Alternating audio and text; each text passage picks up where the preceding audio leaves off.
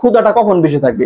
যখন ওই 50 কেজি খাইছে তখন ক্ষুধা থাকবে বেশি নাকি 65 কেজি? হ্যাঁ, এটা ঠিক আছে, যদি 65 কেজি খাইলে তখনও ক্ষুধা থাকবে, 50 কেজি খাইলে তখনও ক্ষুধা থাকবে। কিন্তু যখন ও 50 কেজি খাইছে, 100 কেজি খাইতে পারবে, 50 কেজির বেলায় কিন্তু আর বেশি ক্ষুধা থাকবে। 65 কেজি যখন খাইছে তখন কিন্তু আর ততটা ক্ষুধা থাকবে না। তার মানে ওর ক্ষুধাটা বেশি থাকবে কখন? যখন ও 50 কেজি খাইছে। তার মানে আপেক্ষিক আর্দ্রতার মান যত কম ততই বেশি কি থাকবে, খাবার একটা বা ক্ষুধা থাকার একটা ক্যাপেবল থাকবে বেশি, মানে তাড়াতাড়ি করে ক্ষুধা থাকবে। তখন সেক্ষেত্রে কি হবে, যে সেক্ষেত্রে আমাদের যে শরীর থেকে যে ঘাম বা আমাদের যে ঘামায় জিনিসটাই পানিটাকে কিন্তু পরিবেশ শোষণ করে নিয়ে যাবে। তার মানে যখনই আপেক্ষিক আর্দ্রতার মানটা কম, তখন মানে হইতেছে যে জলীয় বাষ্প পরিবেশের ভিতরে কম পরিমাণ আছে, তখন পরিবেশ কি করবে, আমাদের বডি থেকে ঘামটাকে শোষণ করে নিয়ে যাবে। তখন কিন্তু আমাদের কি লাগবে স্যার, স্বস্তি বোধ হবে বা আরাম বোধ হবে। আসসালামু আলাইকুম রহমতুল্লাহ। তথাকথিত একটা চক্করের ভিতরে আমরা যেন সবাই ফেসে গেছি। বিষয়টা হচ্ছে যে তুমি ঘন্টার পর ঘন্টা লেকচার ভিডিও দেখে যাচ্ছ আর নোট করে যাচ্ছ, কিন্তু তোমার লাভের লাভ কিছুই হইতেছে না। তুমি কিন্তু কিছুক্ষণ পরে দেখা যাচ্ছে টপিক গুলাকে আউলিয়ে ফেলছো বা গুলিয়ে ফেলছো, বা সত্যিকার অর্থে তোমার বিষয়গুলো বেশি দিন যাবত স্থায়ী থাকছে না। তো আমি চেষ্টা করে যাচ্ছি তোমাদের জন্য এই চক্কর থেকে বের করে নিয়ে আসা তোমাদেরকে, যাতে করে তোমরা মজা করে নিয়ে সঠিক উপায়ে এবং খুব স্বল্প সময়ের ভিতরে তোমাদের পড়াশোনাটাকে গুছিয়ে রাখতে পারো, এবং অনেকদিন যাবত যাতে তোমাদের পড়াশোনাটা স্থায়ী হয়, আর তোমরা যাতে চাইলেও এই টপিকটাকে না বলতে পারো। এখন তোমাদেরকে যদি আমি জানা বিষয় দিয়ে অজানা বিষয়গুলোকে শিখাই, বা তুমি যে জিনিসটা সহজে মনে রাখতে পারো ওইটা দিয়ে যদি কঠিন বিষয়গুলোকে শিখাই, তাহলে ইনশাআল্লাহ তোমাদের পড়াশোনাটা মনে থাকবে। তো আমি কথা বাড়াবো না, আমি সরাসরি লেকচারে চলে যাবো। তো আমি এইটা করাবো, ঠিক আছে, কিন্তু এইটার আগে আমি এটাকে বুঝাবো অন্য দিক দিয়ে। তোমরা কোন দিক দিয়ে পড়াটা বুঝে যাবে এটা তোমার নিজেরাও টের পাবে না। তো আমি যদি শুরু করি যে এটা বোঝানোর জন্য আমি কিছু কিছু টপিক আলোচনা করে নেই। ধরো তোমার আমি শিশিরাঙ্ক বোঝাবো, এখন শিশিরাঙ্ক বোঝাবো, তোমাকে আমি আপেক্ষিক আর্দ্রতা বোঝাবো। এখন এইগুলাকে বোঝানোর জন্য তোমাকে আমি সত্যিকার অর্থে একটা বাস্তবিক গল্প বলি এবং বাস্তবিক একটা কাহিনী বলি। বাস্তবিক কাহিনীটা হচ্ছে এরকম, যে আমরা সবাই শীতকাল এবং গ্রীষ্মকালে এটা সম্পর্কে আমরা অবগত, যে আমরা জানি যে শীতকালে আমাদের শীত লাগে, গরমকালে গরম লাগে। মানে বিষয়টা হচ্ছে যে গরমের দিনে আমাদের অনেকের অস্বস্তি লাগে বেশি, এবং শীতের দিনে আমাদের বা শীতকালে আমাদের কিন্তু ততটা অস্বস্তি লাগে না যদি আমাদের গরম কাপড় থাকে। এখন কথা হচ্ছে যে স্যার গরমের দিনে তাপমাত্রা বেশি বা গ্রীষ্মকালে তাপমাত্রা বেশি এবং শীতকালে তাপমাত্রা কম, এগুলো আমরা সবাই জানা বিষয়। এখন কথা হচ্ছে যে জানা বিষয় দিয়ে আমি কিভাবে সেটা শিখতে পারি। এখন ধরো যে গ্রীষ্মকালে যখন তাপমাত্রাটা বেশি থাকে, ধরো গ্রীষ্মকালে কোনো একদিনের তাপমাত্রা আছে তোমার 40 ডিগ্রি সেলসিয়াস, তো সেই ক্ষেত্রে কিন্তু তোমার ওশ বা আমরা যেটাকে বলি কুয়াশা, এটা কিন্তু পড়ে না। তো গ্রীষ্মকালে কিন্তু কুয়াশা পড়ে না আমরা জানি, কিন্তু তোমার শীতকালে কিন্তু কুয়াশাটা পড়ে। এখন স্যার কি কারণে কুয়াশাটা পড়ে, কুয়াশার ব্যাখ্যা দিয়ে আমরা এই আপেক্ষিক আর্দ্রতা বলো বা শিশিরাঙ্ক বলো এই জিনিসগুলোকে বুঝতে পারি। তো কিরকম স্যার, ধরো কোনো গ্রীষ্মকালে কোনো একটা তাপমাত্রা, আর এটা বোঝার জন্য অবশ্যই তোমাকে আগে একটা কনসেপ্ট মাথার ভিতরে ক্লিয়ার করে রাখতে হবে। সেটা হইতেছে স্যার যে তাপমাত্রা যত তুমি বাড়াইবা জলীয় বাষ্পর ধারণ ক্ষমতা তত বেশি। মানে তুমি এটাকে কনসেপ্টটা মনে রাখো যে তাপমাত্রা যত বেশি, তাপমাত্রা যত বেশি জলীয় বাষ্পের যে একটা ধারণ ক্ষমতা সেটা তত বেশি। তাপমাত্রা যত বেশি জলীয় বাষ্পের ধারণ ক্ষমতা। এখন দেখো, ধারণ ক্ষমতা আর উপস্থিত আছে দুইটা কিন্তু এক না। ধারণ ক্ষমতা মানে তুমি কতটুকু ধারণ করতে পারবা, আর উপস্থিত আছে মানে কতটুকু আছে। যেমন তোমার একটা ধরো বাক্স, এই বাক্সের ভিতরে তুমি 3 কেজি পরিমাণে কোনো একটা কিছু রাখতে পারবা। এখন এইটার ধারণ ক্ষমতা হইতেছে 3 কেজি, আর দেখো ধরো যে বাক্সের ভিতরে তুমি এখন রাখছো 2 কেজি পরিমাণে কিছু, তার মানে এইটার উপস্থিত আছে 2 কেজি পরিমাণ। ঠিক সেরকম এখন কথা হইতেছে যে তাপমাত্রা যত বৃদ্ধি পাইব জলীয় বাষ্পের ধারণ ক্ষমতা তত কি হইব, বৃদ্ধি পাইব। তোমার যেহেতু গ্রীষ্মকালে তাপমাত্রা বেশি, এই কারণে গ্রীষ্মকালে তোমার জলীয় বাষ্পের যে ধারণ করার একটা ক্ষমতা, ওই ধারণ করার ক্ষমতাটা বৃদ্ধি পায়। ধরো তোমার 20 ডিগ্রি সেলসিয়াস তাপমাত্রায় ধরো তুমি 3 কেজি পরিমাণের জলীয় বাষ্প ধারণ করতে পারবা। সেক্ষেত্রে তাপমাত্রা বাইরে যদি 40 ডিগ্রি সেলসিয়াস হয়ে যায়, সেক্ষেত্রে ধরো যে 7 কেজি পরিমাণের তুমি কি করতে পারবা, জলীয় বাষ্প ধারণ করে রাখতে পারবা। তো তাপমাত্রা যখন বৃদ্ধি পাইছে তখন তুমি জলীয় বাষ্প ধারণ করার যে তোমার একটা ক্ষমতা বা তোমার যে একটা ক্যাপাবিলিটি এটা সৃষ্টি হয়েছে। এখন তো তোমার তো সৃষ্টি হইব না, এটা পরিবেশে সৃষ্টি হইব। যাই হোক, এখন পরিবেশে গ্রীষ্মকালে বা গরমের দিনে জলীয় বাষ্প বেশি ধারণ করে রাখতে পারে, কিন্তু শীতকালে যেহেতু তাপমাত্রাটা কম, এই কারণে বেশি জলীয় বাষ্প ধারণ করে রাখতে পারে না। এখন ধরো আমাদের পরিবেশের ভিতরে তোমার উপস্থিত জলীয় বাষ্প আছে 3 কেজি। সাপোজ তুমি চিন্তা করো যে এখন 3 কেজি আমাদের উপস্থিত আছে।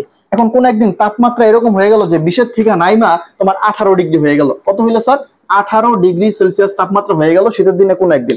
এখন যখন 18 ডিগ্রি বা আরো কমে যেতেছে, তখন কি হইতেছে, আমাদের ওশ পড়তেছে বা শিশির পড়তেছে। কি কারণে, কারণ এই 20 ডিগ্রি সেলসিয়াস তাপমাত্রায় তোমার 3 কেজি পরিমাণে জলীয় বাষ্প ধারণ ক্ষমতা ছিল, কিন্তু দেখা গেছে যে আমার যেহেতু তাপমাত্রা আরো নাইমা গেছে, এখন 3 কেজি দিয়ে তো সম্পৃক্ত হয়ে গেছে। সম্পৃক্ত বিষয়টা মানে এভাবে মনে রাখতে পারো, তুমি একদম ধরো ভইরা গেছে। ধরো তোমার 1 লিটার একটা বোতল আছে, তো 1 লিটারের বোতলের ভিতরে ধরো তোমার 1 লিটার পানি জায়গা হবে। এখন 1 লিটার পুরোপুরি যখন ভরে যাবে তখন কি এটা পুরোপুরি ধরো সম্পৃক্ত হয়ে গেছে। তো এখন যখন পুরোপুরি পারফেক্টলি সম্পৃক্ত হয়ে যায়, তারপরে যদি আমরা 1 লিটারের বোতলের ভিতরে বা 1 লিটার কোন একটা পাত্রের ভিতরে যদি আমরা আরো দ্রবণ যুক্ত করতে চাই বা আরো যদি এক্সট্রা পানি যদি আমি যুক্ত করতে চাই, সেক্ষেত্রে কিন্তু এটা ওভারফ্লো হবে, মানে পানিটা পড়ে যাবো। মানে তখন কি হইব, ওই গ্লাস বা ওই পাত্র বা ওই বোতলের ভিতরে আর ওই পানিটাকে জায়গা দিতে পারবে না। ঠিক সেরকম তোমার এই জলীয় বাষ্প ধারণ ক্ষমতার চাইতে যদি বেশি জলীয় বাষ্প এখানে অবস্থান করে বা উপস্থিত হয়ে যায়, তখনই কিন্তু ওস বা শিশির পড়বে। তো যেই তাপমাত্রা পর্যন্ত তোমার জাস্ট ধারণ করে রাখতে পারবো, সেই তাপমাত্রাটাই হইতেছে তোমার শিশিরাঙ্ক। কি বলছি? তার মানে আমরা কি দেখতে পাইলাম স্যার? আমরা দেখতে পাইলাম যে শিশিরাঙ্ক হইতেছে এক ধরনের তাপমাত্রা। কি বলছি? শিশিরাঙ্ক হইতেছে কি এক ধরনের জাস্ট তাপমাত্রা। এটা একদম ভালো করে মনে রাখবা যে শিশিরাঙ্ক মানে কি? শিশিরাঙ্ক মানে কিছুই না, শিশিরাঙ্ক মানে জাস্ট একটা তাপমাত্রা। শিশিরাঙ্ককে প্রকাশ করা হয় স্যার কি দিয়া? এটা তোমরা অবশ্যই জানার কথা যে থিটা দিয়া। শিশিরাঙ্ককে প্রকাশ করা হয় থিটা দিয়া। শিশিরাঙ্ক জাস্ট একটা তাপমাত্রা, শিশিরাঙ্ক আহামরি কিছুই না, শিশিরাঙ্ক জাস্ট একটা তাপমাত্রা। তো স্যার কোন তাপমাত্রা?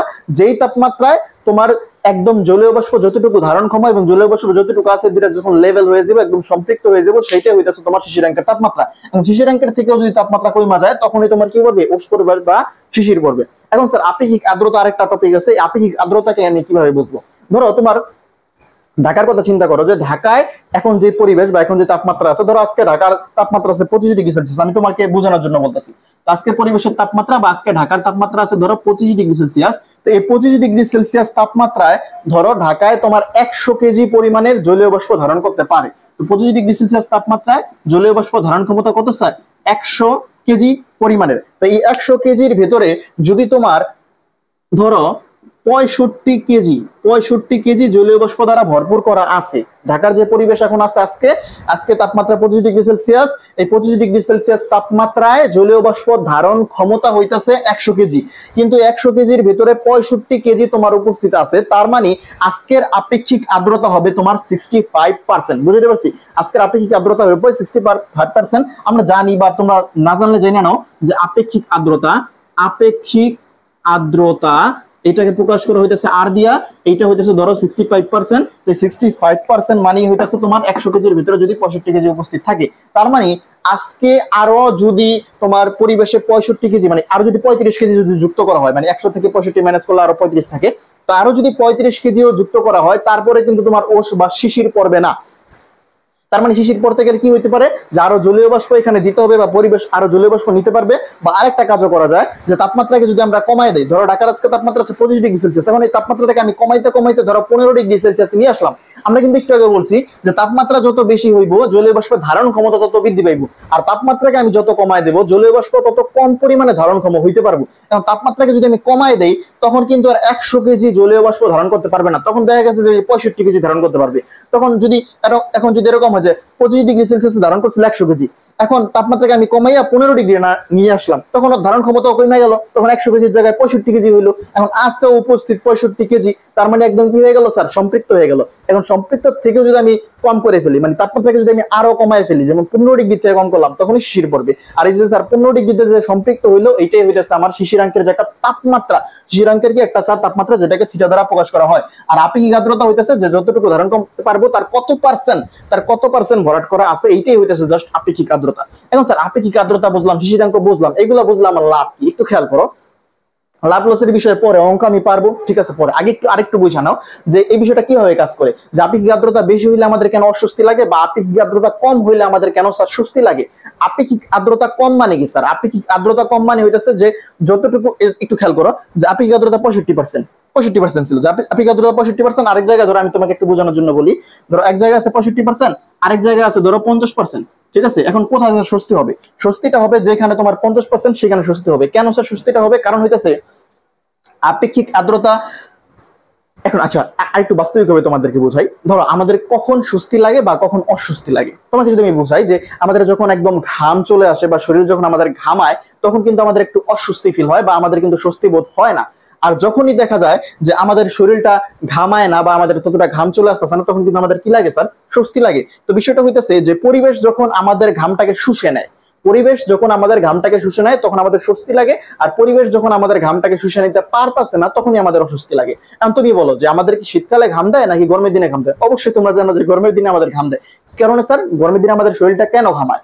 কারণ হইতেছে গরমের দিনে আমাদের পরিবেশ, গরমের দিনে আমাদের পরিবেশ আমাদের বডি থেকে ঘামটাকে শোষণ করার মতো ক্যাপেবল হয় না বা শোষণ করতে পারে না, কিন্তু শীতকালে কিন্তু সহজেই আমাদের যে ঘামটা থাকে ঘামটা কিন্তু শোষণ করে ফেলতে পারে। তো যখনই আমাদের ঘামটা যত তাড়াতাড়ি বা যত দ্রুত শোষণ করতে পারবে, যত দ্রুত আমাদের ঘামটা শোষণ করতে পারবে বা যত ভালোভাবে আমাদের ঘামটা শোষণ করতে পারবে, ততই আমাদের কি লাগবে স্যার? স্বস্তি লাগবে। এখন তুমি চিন্তা করো যে কেউ একজন 100 কেজি খাইতে পারে, আচ্ছা যদিও এত কেজি কেউ খাইতে পারে না, ধরো একটা দানব আছে, তো দানব বা যে একজন মানুষ যে কেউ হোক না কেন, কেউ একজন ধরো 100 কেজি খাইতে পারে, তো 100 কেজির ভিতরে ওকে আমি 65 কেজি খাওয়াই দিছি। আরেকজন ওই ধর আবার আরেকদিন করলাম কি, ওরকে আমি 100 কেজির ভিতরে 50 কেজি খাওয়াইছি। এখন ওর ক্ষুদাটা কখন বেশি থাকবে? যখন ওই 50 কেজি খাইছে তখন ক্ষুদা থাকবে বেশি নাকি 65 কেজি? হ্যাঁ, এটা ঠিক আছে, যদি 65 কেজি খাইলে তখনও ক্ষুদা থাকবে, 50 কেজি খাইলে তখনও ক্ষুদা থাকবে। কিন্তু যখন ও 50 কেজি খাইছে, 100 কেজি খাইতে পারবে, 50 কেজির বেলায় কিন্তু ওর বেশি ক্ষুদা থাকবে। 65 কেজি যখন খাইছে তখন কিন্তু ওর ততটা ক্ষুদা থাকবে না। তার মানে ওর ক্ষুদাটা বেশি থাকবে কখন? যখন ও 50 কেজি খাইছে। তার মানে আপেক্ষিক আর্দ্রতার মান যত কম, ততই বেশি কি থাকবে? খাবার একটা বা ক্ষুধা থাকার একটা ক্যাপেবল থাকবে বেশি, মানে তাড়াতাড়ি করে ক্ষুধা থাকবে। তখন সেক্ষেত্রে কি হবে? যে সেক্ষেত্রে আমাদের যে শরীর থেকে যে ঘাম বা আমাদের যে ঘামায় জিনিসটাই পানিটাকে কিন্তু পরিবেশ শোষণ করে নিয়ে যাবে। তার মানে যখনই আপেক্ষিক আর্দ্রতার মানটা কম, তখন মানে হইতেছে যে জলীয় বাষ্প পরিবেশের ভিতরে কম পরিমাণ আছে, তখন পরিবেশ কি করবে? আমাদের বডি থেকে ঘামটাকে শোষণ করে নিয়ে যাবে। তখন কিন্তু আমাদের কি লাগবে স্যার? স্বস্তি বোধ হবে বা আরাম বোধ হবে। তার মানে আপেক্ষিক আর্দ্রতার মান যখন কম, তখনই আমাদের আরাম বোধ হবে। তবে এটা সব ক্ষেত্রে এরকম, তুমি আরেকটা টপিক মনে রাখতে পারো যে 50%-এর কাছাকাছি যখন আসবে তখন আমাদের স্বস্তি বেশি হবে। এখন এরকম হইলো যে একটা আছে তোমার 50%, আচ্ছা 50% হলে বেশি স্বস্তি ধরো। এখন একটা মান আছে তোমার আপেক্ষিক আর্দ্রতার, একটা মান আসলো 55%, আরেকটা আসলো তোমার 53%। এখন তুমি বলবা যে স্যার 53% তো বেশি কম। আচ্ছা আরেকটা আমি যদি আরো কম দিই, ধরো তোমাকে বললাম যে 49%। আচ্ছা একটা দিলাম 49%, আরেকটা দিলাম 55%। আর একটু, আচ্ছা আমি একটু কনসেপ্টটাকে একটু বোঝানোর জন্য একটু অন্যরকম এক্সাম্পল দিতে চাই। আচ্ছা 50% মানে তো স্বস্তি, তো 45% দিলাম, আরেকটা দিলাম তোমাকে আমি ধরো 51%। ঠিক আছে, একটা দিলাম 45%, একটা হইতেছে 51%। এখন তুমি তো বলবা যে স্যার আপেক্ষিক আর্দ্রতা কম মানে হইতেছে যে আমার স্বস্তি বেশি, আর আপেক্ষিক আর্দ্রতা বেশি মানে হইতেছে কি স্বস্তি কম। কিন্তু এই ক্ষেত্রে কিন্তু আবার 51% এটাই বেশি স্বস্তি হবে, কারণ 50-এর কাছাকাছি যদি থাকে সেক্ষেত্রে তোমাদের মানে আমাদের স্বস্তিটা বেশি লাগবে। কারণ আপেক্ষিক আর্দ্রতা যদি একদম বেশি কমে যায় সেটাও ভালো না, বা বেশি বাইরে গেলে সেটাও ভালো না, একটা রেঞ্জের ভিতরে থাকতে হবে। তার মানে 50-এর কাছাকাছি যেটা থাকবে ওইটা বেশি ভালো, স্বস্তিদায়ক। কিন্তু যদি কোনো রেঞ্জের উল্লেখ করা না থাকে সেক্ষেত্রে তুমি দেখবা আপেক্ষিক আর্দ্রতার মান যেটা কম ওইটাই বেশি স্বস্তিদায়ক হবে। আরেকটা কনসেপ্ট মনে রাখো যে আপেক্ষিক আর্দ্রতার মান যখন অনেক বেশি বৃদ্ধি পায়, ধরো 70%-এর বেশি হয়ে গেল, তখন কিন্তু ঝড় তুফান বা বৃষ্টি আসার একটা সম্ভাবনা থাকে। কারণ দেখা যায় যে যখন তোমার অনেক বেশি পরিমাণে জলীয় বাষ্প জমাট হয়ে গেছে, ধরো যে 65 কেজি জমা হয়েছে বা আরো বেশি 70 কেজি বা 75 কেজি জমা হয়ে গেছে জলীয় বাষ্প, তখন কিন্তু জলীয় বাষ্পটা ঝরে পড়ে। কিভাবে ঝরে পড়ে স্যার? বৃষ্টি হয়ে ঝরে পড়ে। মানে তখন আমরা আকাশে দেখি ঘন কালো মেঘ জমা হয়, তখন ওই মেঘটা আবার বৃষ্টি হয়ে ঝরে পড়ে। তার মানে আপেক্ষিক আর্দ্রতার মান যখন অনেক বেশি হাই হয়ে যায়, তখনই আমাদের কি জলীয় বাষ্প জমাট হয়ে জলীয় বাষ্পটা বৃষ্টি হিসেবে ঝরে পড়ে যায়। এখন কথা হইতেছে স্যার এই যে শিশিরাঙ্কের মান বা আপেক্ষিক আর্দ্রতার মান এগুলাকে আমরা কিভাবে বের করবো? আপাতত এতটুকু কনসেপ্ট ক্লিয়ার হইলো, তারপরে যদি আরো কিছু ব্যাখ্যা করার প্রয়োজন হয় তবে তবে আমরা আসতেছি। এখন দেখো আমরা আমার অঙ্কে চলে যাই। অঙ্ক স্যার কিরকম একটু খেয়াল করো। এখানে আমাকে বলছে গ নাম্বারে যে ঢাকার আপেক্ষিক আর্দ্রতা বের করো। আপেক্ষিক আর্দ্রতা মানে কি স্যার? আপেক্ষিক আর্দ্রতাকে আর দ্বারা প্রকাশ করা হয়, এটা আমরা ইতিমধ্যে শিখছি বা জানছি। এখন কথা হইতাছে যে আপেক্ষিক আর্দ্রতা নির্ণয়ের সূত্রটা কি? আপেক্ষিক আর্দ্রতা এটাকে আর দ্বারা প্রকাশ করা হয়। আর নির্ণয়ের সূত্র হইতাছে smaller F is divided by capital F is multiply with 100%।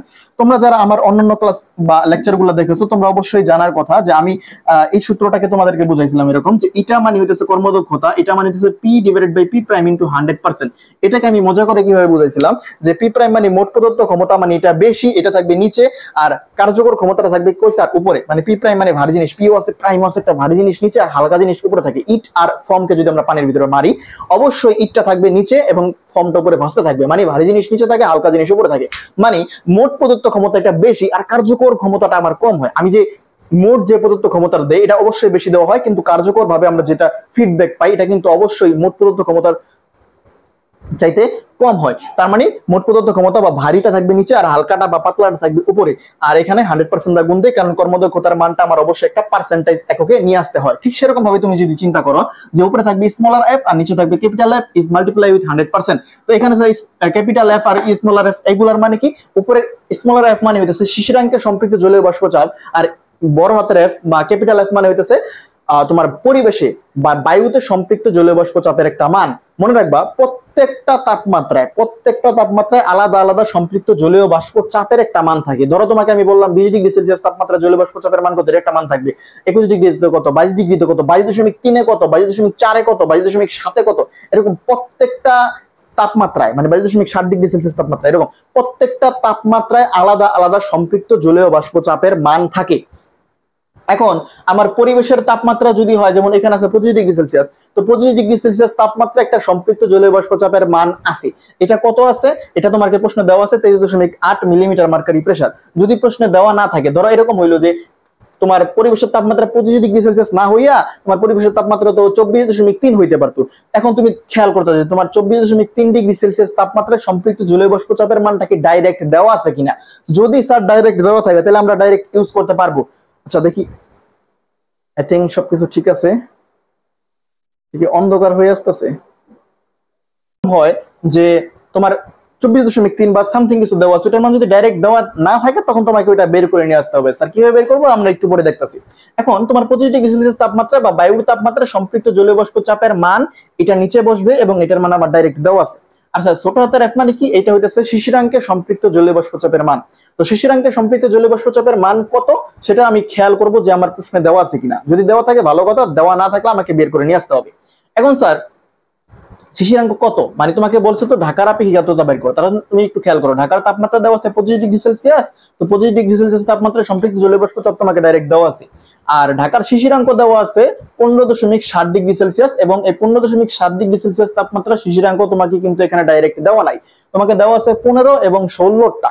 যেহেতু 15.7টা দেওয়া নাই, মানে 15.7 ডিগ্রি সেলসিয়াস তাপমাত্রায় সম্পৃক্ত জলীয় বাষ্প চাপের মানটা দেওয়া নাই, এটাকে তোমাকে আগে বের করে নিয়ে আসতে হবে। তো তুমি একটু খেয়াল করো, তোমার কাছে আছে কত স্যার, আছে তোমার কাছে 15, কিন্তু 15.7 নাই, মানে আরো 0.7 পরিমাণের যে তোমার সম্পৃক্ত জলীয় বাষ্প চাপ এটা কিন্তু তোমার কাছে নাই। তোমার কাছে আছে কত, 15 আছে আর 16 আছে, এটার মাঝামাঝি অবস্থা যেটা সেটা তোমাকে বের করে নিয়ে আসতে হবে। তুমি কাছাকাছি দুইটা মান নিবা, একটা নিবা 15 আর একটা নিবা কি 16। তো তুমি এখানে লেখাটা লিখবে এরকম যে 16 - 15 বা 1 ডিগ্রি সেলসিয়াস তাপমাত্রা পরিবর্তনের জন্য আমি একটু লেখাটা লিখি, দেখো যে 16 - 15 ডিগ্রি সেলসিয়াস বা 1 ডিগ্রি সেলসিয়াস তাপমাত্রা পরিবর্তনের জন্য সম্পৃক্ত জলীয় বাষ্প চাপের পরিবর্তন, ঠিক আছে, পরিবর্তন এটা হইব কত স্যার, এটা হইব তোমার একটু খেয়াল করো, তুমি 16 আর 15 দিচ্ছ, এখানে পরিবর্তন কি কারণে লাগছে যে 16 - 15 ডিগ্রি সেলসিয়াস বা 1 ডিগ্রি সেলসিয়াস তাপমাত্রা পরিবর্তনের জন্য সম্পৃক্ত জলীয় বাষ্প চাপের পরিবর্তন।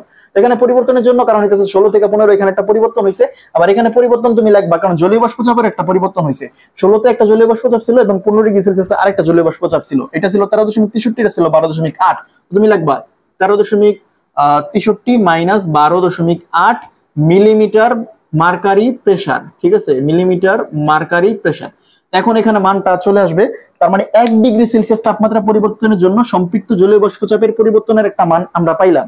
তারপর আবার কত স্যার, আমার লাগবে 0.7। 0.7 কেন, কারণ হইতাছে আমার 15 দেওয়া আছে, এটা থেকে আমার মাইনাস করতে হবে, মানে আমার লাগবে কত 15.7টা লাগবে, এটা থেকে আমি মাইনাস করে দিলাম 15, এত ডিগ্রি সেলসিয়াস বা 0.7 ডিগ্রি সেলসিয়াস। কেন স্যার, আমার 15.7 লাগবে, মানে 15.7 হইতাছে কি শিশিরাঙ্কের তাপমাত্রা। তো শিশিরাঙ্কের তাপমাত্রায় আমার জলীয় বাষ্প চাপের কত ওইটা লাগবে, তো 15.7টা লাগবে, আর 15 আমার কাছে ইতিমধ্যে আছে। তো আমার এখন মূলত লাগবে কত, আরো 0.7, তার মানে 0.7 ডিগ্রি সেলসিয়াস তাপমাত্রা পরিবর্তনের জন্য সম্পৃক্ত জলীয় বাষ্প চাপের পরিবর্তন।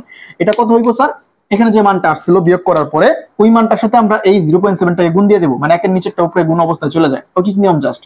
এখানে আমরা যদি একটু ক্যালকুলেট করি তাহলে আসতেছে কত, 13.63 - 12.8 is equal 0.83। তো 0.83 এর সাথে আমরা 0.7 কে গুণ দেব। তো আমি একটু লিখে রাখি, এখানে আসছে তোমার 0.83, তো এই মানের সাথে 0.83 এর সাথে আমরা গুণ দিলাম 0.7, তো এখানে আসছে তোমার 0. আচ্ছা এদিক দিয়ে লিখি 0.581 মিলিমিটার মার্কারি প্রেসার, ঠিক আছে, মিলিমিটার মার্কারি প্রেসার। তো এত হইতাছে কি স্যার 0.7 এর জন্য। তোমার যে এখানে তুমি মান বসাইবা, ক্যাপিটাল এফ এর মান তো তুমি দেখছিলা 25 ডিগ্রির জন্য এত, আর স্মলার এফ এর জন্য কত 15.7। তো তোমার কাছে আছে কত স্যার? দেখো একটু খেয়াল করো, তুমি লিখতেছো যে 15.7 এর জন্য কত, তো 15.7 কে তুমি ভাঙায় লিখতে পারো 15 ডিগ্রি সেলসিয়াস তাপমাত্রার জন্য সম্পৃক্ত জলীয় বাষ্প চাপ প্লাস 0.7 ডিগ্রি সেলসিয়াস তাপমাত্রার জন্য সম্পৃক্ত জলীয় বাষ্প চাপ। তো 15 মানটা তোমার ডাইরেক্ট দেওয়া আছে, আমি বলছিলাম প্রত্যেকটা তাপমাত্রায় আলাদা আলাদা সম্পৃক্ত জলীয় বাষ্প চাপ থাকবে। তো 15 ডিগ্রি সেলসিয়াসের জন্য দেওয়া আছে এত, আর 0.7 এর জন্য তুমি বাইর করছো কত, এই যে স্যার 0.581। তার মানে তোমার টোটাল জলীয় বাষ্প চাপের মানটা হইতেছে এত। তো আমরা যে মানটা পাইছিলাম এইটার সাথে যোগ করে দেব 12.8, তার মানে চলে আসতেছে 13.381, 13.381 মিলিমিটার মার্কারি প্রেসার। এখন কথা হইতেছে যে এটাকে কিন্তু আমরা আরো শর্ট করে করতে পারি। আমি ওই নিয়মের মাধ্যমে তোমাদেরকে দেখাইলাম, মানে সত্যি কথা বিষয়টা এরকম ভাবে আসছে। আর এছাড়াও তোমরা কিন্তু শর্টকাট ওয়েতে করতে পারবা, আমি দেখাইতেছি একটু পরে যে শর্টকাটে কিভাবে করবা। এখন এই যে আমরা মানটা পাইছি, এই মানটাকে আমরা স্মলার এফ এর জায়গায় বসাবো, আর ক্যাপিটাল এফ এর জায়গায় ওই মানটাকে ডাইরেক্ট বসাই দেবো পরিবেশ সম্পৃক্ত জলীয় বাষ্প চাপের মান, তারপরে ক্যালকুলেট করলে আমার মানটা চলে আসবে। আমি সূত্রটাকে আবার রিপিটলি এখানে লিখি, তারপর মানটা বসে এখানে আর সমান সমান smaller F is divided by capital F is multiply with 100%। তো এখানে চলে আসতেছে তোমার ক্যাপিটাল এফ এর মান 23.8, এখানে স্মলার এফ এর মান 13.381। একটু খেয়াল করো, ভারীটা নিচে পাতলাটা উপরে, হ্যাঁ, তারপরে ইনটু 100%। তাহলে এখানে তোমার চলে আসতেছে কত, 13.381 is divided by 23.8 is multiplied with 100, that would be 56.22, 56.22%। তার মানে আমরা পেয়ে গেলাম যে ঢাকার আপেক্ষিক আর্দ্রতা হইতেছে 56.22%। মানে হইতেছে ঢাকায় যত কেজি পানি বা যতটুকু জলীয় বাষ্প ধারণক্ষম ছিল তার 56.22% জলীয় বাষ্প জমাট করা ইতিমধ্যে আছে, ও আরো তোমার ধরো 43.78 কি করতে পারবে, জলীয় বাষ্প আরো জমাট করতে পারবে, এত পার্সেন্ট আরো জমাট করতে পারবে। তো যাই হোক, এখন কথা হইতেছে আমরা যদি একটু ঘ নাম্বারে চলে যাই, ঢাকা ও কুয়াকাটার কোথায় বেশি আরামদায়ক হবে। তার মানে আমাকে দুইটারে আপেক্ষিক আর্দ্রতার মান বাইর করতে হইব। ঢাকার জন্য আমরা বাইর করছি 56.22%, এখন আমরা আবার কুয়াকাটার জন্য আপেক্ষিক আর্দ্রতার মানটা বাইর করব। তারপর দুইটার ভিতরে কম্পেয়ার করব, যার আপেক্ষিক আর্দ্রতার মান কম সেখানে বেশি স্বস্তি হবে। এটা কি কারণে আমি একটু আগে বুঝাই ফেলছি তোমাদেরকে, যে কারণ ওইখানে আমাদের কি আমাদের ঘামটাকে তাড়াতাড়ি করে শোষণ করে নিয়ে ফেলে, এই কারণে আমাদের ওইখানে কি লাগে স্যার, স্বস্তি লাগে। এখন কথা হইতেছে আমরা যদি কুয়াকাটার আপেক্ষিক আর্দ্রতাটা বাইর করতে চাই, মাত্র ওটা কি দেওয়া আছে কিনা। আমরা দেখতে পাইলাম যে প্রশ্নের ভিতরে কুয়াকাটার যে একটা শিশিরাঙ্কের মান ওটা কিন্তু দেওয়া নাই।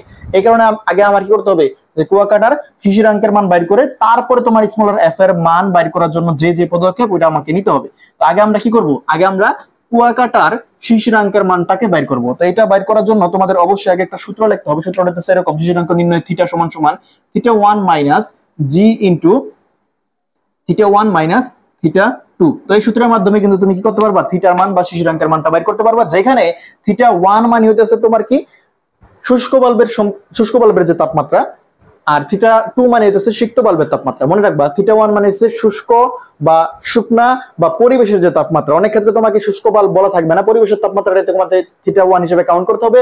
বা অনেক ক্ষেত্রে দেখবা তোমাদের থিটা 1 বলা থাকবে, সেক্ষেত্রে পরিবেশের তাপমাত্রা দেওয়া থাকবে না, তখন তোমাকে থিটা 1 বা শুষ্ক বাল্বের তাপমাত্রাটাই পরিবেশের তাপমাত্রা নিয়ে কাউন্ট করতে হইব। আর থিটা 2 মানে হইতেছে সিক্ত বা ভেজা বাল্বের তাপমাত্রা, মনে রাখতে পারো। আর জি মানে হইতেছে গ্লেসিয়ারের উৎপাদক। এটা তোমার পরিবেশের তাপমাত্রায় যত একটা আলাদা আলাদা স্পেসিফিক মান আছে, এটা তোমাকে প্রশ্ন দেওয়া থাকবে। যেমন এখানে তোমার 25 ডিগ্রি সেলসিয়াস তাপমাত্রায় গ্লেসিয়ারের উৎপাদক দেওয়া আছে 1.7, এটা একটা কনস্ট্যান্ট মান। তো এখানে তুমি ক্যালকুলেট করলেই তুমি কিন্তু কোথায় কুয়াকাটার শিশিরাঙ্কের মানটা বাইর করে নিয়ে আসতে পারবা। তো থিটা 1 এর মান কত স্যার, পরিবেশের তাপমাত্রা। তো পরিবেশের তাপমাত্রা ছিল 25, তো 25 মাইনাস জি এর মান 1.7 ইজ মাল্টিপ্লাই উইথ থিটা 1 এর মান 25 মাইনাস থিটা 2 এর মান হইতেছে কত, ওই দিন কুয়াকাটার সিক্ত বাল্বের তাপমাত্রা 20.1। ঠিক আছে, তো ক্যালকুলেট করলে আমরা কিন্তু কুয়াকাটার শিশিরাঙ্কের মানটা বাইর করে নিয়ে আসতে পারবো। তো এখানে আমরা ক্যালকুলেট কিভাবে করব, 25 মাইনাস, আচ্ছা আগে ব্র্যাকেটের ভিতরে কাজটা করি, 25 minus 20.1 is multiply with 1.7, 25 minus answer, that would be 16.67। কত আসছে স্যার, 16.67 ডিগ্রি সেলসিয়াস। অবশ্যই এটা ডিগ্রি সেলসিয়াস আসবে, কারণ শিশিরাঙ্কের মান, শিশিরাঙ্ক মূলত একটা তাপমাত্রা, আমি বারবার বলতেছি। তো এত ডিগ্রি সেলসিয়াস। এখন তুমি খেয়াল করো 16.67 এই তাপমাত্রায় তোমার শিশুরাঙ্কের মান কিন্তু মানে সম্পৃক্ত জলীয় বাষ্প চাপের মান কত এটা কিন্তু দেওয়া নাই। তোমার 16 জন্য দেওয়া আছে এবং 20 জন্য দেওয়া আছে, তোমার কিন্তু 16.67 জন্য কত এটা কিন্তু দেওয়া নাই। এই কারণে তোমার কি করতে হবে 16 এবং 20 এই দুইটার সাহায্য নিয়ে তোমার কিন্তু 16.67 এর মানটা বাইর করে নিয়ে আসতে হবে। তো একইভাবে আমরা যেমন একটু আগে করছিলাম সেই একই পদ্ধতি অনুসরণ করে আমরা করব। তো আমরা কি লিখবো, আমরা এখানে লিখবো যে আমার দেওয়া আছে কত 20 আর 16 নিয়ে আমি কাজ করব। তো এখানে লিখবো 20 - 16 ডিগ্রি সেলসিয়াস বা 4 ডিগ্রি সেলসিয়াস তাপমাত্রা, 4 ডিগ্রি সেলসিয়াস তাপমাত্রা পরিবর্তনের জন্য সম্পৃক্ত জলীয় বাষ্প চাপের পরিবর্তন। আর কথাগুলো লিখলাম না, এত পরিবর্তন সমান সমান কত, তোমার এখানে 20 এর জন্য দেওয়া আছে 17.54 মাইনাস 13.63, ঠিক আছে। তার মানে এখানে আমার কত আসতেছে, আচ্ছা এখানে বিয়োগ করার দরকার নেই থাকুক। আর এখানে কত মানে 4 ডিগ্রি সেলসিয়াস তাপমাত্রা পরিবর্তনের জন্য এত, তার মানে 1 ডিগ্রির জন্য একটা বাইর করতে হবে। ঐকিক নিয়ম যেটা বললাম যে 1 ডিগ্রি সেলসিয়াস তাপমাত্রা পরিবর্তনের জন্য কত হইব, 1 এর উপর একটা নিচে মানে 4 চলে আসবে নিচে, আর এখানে তোমার মাইনাস করলে যেটা সেটা। তো এখানে আমরা ক্যালকুলেট করে দেই। তো এখানে আসতেছে 17.54 মাইনাস 13.63, দ্যাট উড বি 3.91, ঠিক আছে 3.91। এখন এখানে আমার কত ডিগ্রির জন্য লাগবে স্যার, আমার তো 1 ডিগ্রির জন্য লাগবে না, আমার লাগবে 0.67। আমি কিভাবে বুঝলাম, দেখো আমার 16 দেওয়া আছে, আমার লাগবে 16.67, তার মানে আমার আরো 0.07 লাগবে, 0.67 লাগবে। তো এটাকে আমি কিভাবে বোঝাবো, যেখানে লাগবো যে 16.67 মাইনাস আমার কাছে আছে 16 মানে হইতাছে বা 0.67, ঠিক আছে 0.67 ডিগ্রি সেলসিয়াস তাপমাত্রা পরিবর্তনের জন্য সম্পৃক্ত জলীয় বাষ্প চাপের পরিবর্তন তোমার কত, একের নিচেরটা চলে যাবে উপরে, মানে 3.91 is multiply with 0.67 is divided by তোমার 4, ঠিক আছে। তো এখান থেকে তুমি একটা মান পাইবা যেটাই হইতাছে তোমার মূলত শুধুমাত্র 0.67 এর পরিবর্তনের জন্য সম্পৃক্ত জলীয় বাষ্প চাপের মান। তারপরে কিন্তু তোমার 16টা নিতে হবে আর এই 0.67 যেটা মান নিছো দুটাকে যোগ করতে হবে, তাইলে তুমি টোটালি 16.67 এর মানটা পাইবা। এখানে তুমি পাইতেছো কত 3.91 is multiply with 0.67 is divided by 4, that would be 0.65 লেখা যায়, কারণ পরবর্তীতে এক গড় বাড়ান যাবে। হ্যাঁ ওই যে 5 6 7 8 9 এরকম যদি হয় তাহলে একটু বড় লিখতে পারি আমরা। 0.655 এত মিলিমিটার মার্কারি প্রেসার, ঠিক আছে। এখন আমরা পাইলাম কি স্যার 0.67 এর জন্য একইভাবে আমরা বাইর করব যে 16.67 কে ভাঙা কি লেখা যায় 16 ডিগ্রি সেলসিয়াস তাপমাত্রার জন্য সম্পৃক্ত জলীয় বাষ্প চাপ প্লাস 0.67 ডিগ্রি সেলসিয়াস তাপমাত্রার জন্য সম্পৃক্ত জলীয় বাষ্প চাপের মান। এটার মান আমার ডাইরেক্ট দেওয়া আছে 13.63 প্লাস এটার মান আমি কষ্ট করে বের করে নিয়ে আসলাম 0.655। তার মানে এই দুটাকে যোগ করলে চলে আসতেছে তোমার, এটার সাথে আমি যোগ দেব 13.63 14.28, ঠিক আছে 14.28। হ্যাঁ এখন কথা হইতেছে 14.28 যেটা চলে আসলো এটা হইতেছে কি এত মিলিমিটার মার্কারি প্রেসার। এখন আমরা যে মানটা পাইলাম এটাই মূলত কিসের মান স্যার, আমার ছোট হাতের এফ এর মান বা স্মলার এফ এর মান। তো আমরা সূত্রে বসাইয়া অঙ্কটা করে দিয়ে আসবো যে আমার কুয়াকাটার আপেক্ষিক আর্দ্রতার মান আর অফ কুয়াকাটা, তো কুয়াকাটার আপেক্ষিক আর্দ্রতার মান হবে smaller F is divided by capital F. এখানে তুমি কে কে দিতে পারো মানে কুয়াকাটা বোঝাইতে, এটা নতুন কোন সূত্রে অবতীর্ণ না, জাস্ট প্রকাশের জন্য। তাহলে স্মলার এফ এর মান আমরা বাইর করে নিয়ে আসলাম কত 14.28 আর ক্যাপিটাল এফ এর মান তোমার দেওয়া আছে 25 ডিগ্রি সেলসিয়াস তাপমাত্রা সম্পৃক্ত জলীয় বাষ্প চাপের মান 23.8। আর যদি বাই চান্স দেওয়া না থাকতো তাহলে সেই ক্ষেত্রে আমার বাইর করে নিয়ে আসতে হতো এই যে একই পদ্ধতি অবলম্বন কইরা। আর ওই নিয়ম বাদে তুমি কিভাবে করবা স্যার সেটা যদি একটু বুঝাই দেই, সেটা হইতেছে এরকম, তুমি একটা ফর্মুলা অ্যাপ্লাই করবা। ধরো তোমার এখানে লাগবে কত, তোমার লাগবে 16.67 এরটা, তুমি লাগবা 16.67 এর জন্য সম্পৃক্ত জলীয় বাষ্প চাপ সমান সমান এখানে লাগবা প্রথমত 16 ডিগ্রি সেলসিয়াস তাপমাত্রা সম্পৃক্ত একটা জলীয় বাষ্প চাপ।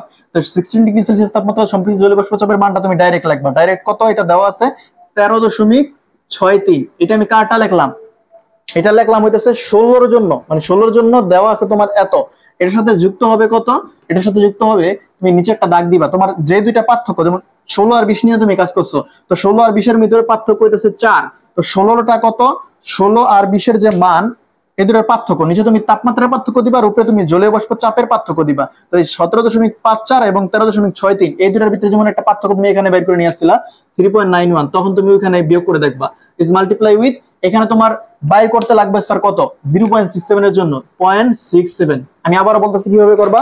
প্রথমে তোমার 16.67 টোটালটা বাইর করতে হবে শিশিরাঙ্কে সম্পৃক্ত জলীয় বাষ্প চাপ। তো এখান থেকে তুমি 16টা জানো, 16টা ডাইরেক্ট বসাইছো, আর জানো না কতটুকু 0.67। তো 0.67 এর সাথে গুণ দিবা, কাকে গুণ দিবা, নিচে দিবা তাপমাত্রার পরিবর্তন, যে 16 আর 20 তোমার দেওয়া আছে, এই 16 আর 20 এর মধ্যে পার্থক্য 4, নিচে দিলা 4, আর উপরে তোমার কি এই দুইটা সম্পৃক্ত জলীয় বাষ্প চাপের পার্থক্য, তার মানে এটা থেকে এটা মাইনাস করলে হইতাছে এত।